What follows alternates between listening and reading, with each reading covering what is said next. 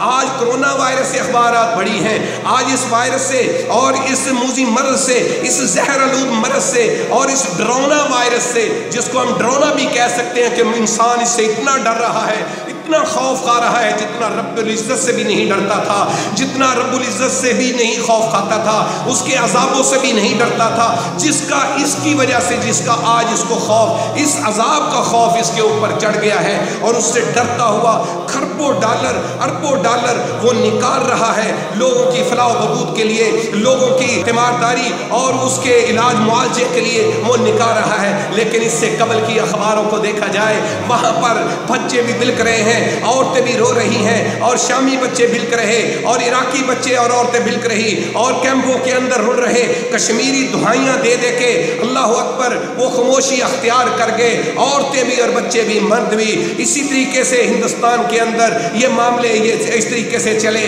کہ انسانیت کے ساتھ ظلم ہوا، اور دیگر ممالک دنیا کے کونے کونے کے اندر انسانیت کے ساتھ ظلم و ستم ڈھائے گئے۔ اور میرے بھائیوں، دوستوں، بزرگوں، انسان ایک ہے، ایک ہی مخلوق اللہ رب العزت نے پیدا کی، ایک ہی باپ سے چلے، آپس میں پیار محبت، سارے مذاہب ایک دوسرے کا، ایک دوسرے کی عزت کرنے کا کہتے ہیں، احترام کرنے کا کہتے ہیں، ایک دوسرے کے ساتھ پیار محبت کرنے کا کہتے ہیں، سارے آپس میں مل جل کر رہنا اور آپس میں بیٹھنا اٹھنا، یہ سارے معاملے کرتے ہیں۔ انہوں نے بہت ساری تنظیمیں بنا رکھی، انہوں نے آپس میں بہت سارے ادارے بنا رکھے، انسانی حقوق کے حوالے سے سارا کیا ہوا، لیکن کیا معاملہ ہے کہ آخر فرق پڑا آ کے، اور قبائل کا، علاقوں کا اور ایک دوسرے کے مذاہب کا یہ فرق ہم نے ڈال کے ایک دوسرے پر ظلم ڈھا کے اللہ کو ناراض کیا، اس کی رحمتوں کا دروازہ بند کیا۔ جب اس کی رحمت کا دروازہ بند ہوا، اللہ کا الحاکمین نے تمہارے نوٹوں کے اور ڈالروں کے دروازے کھلوائے، جو تم نے بند کر کے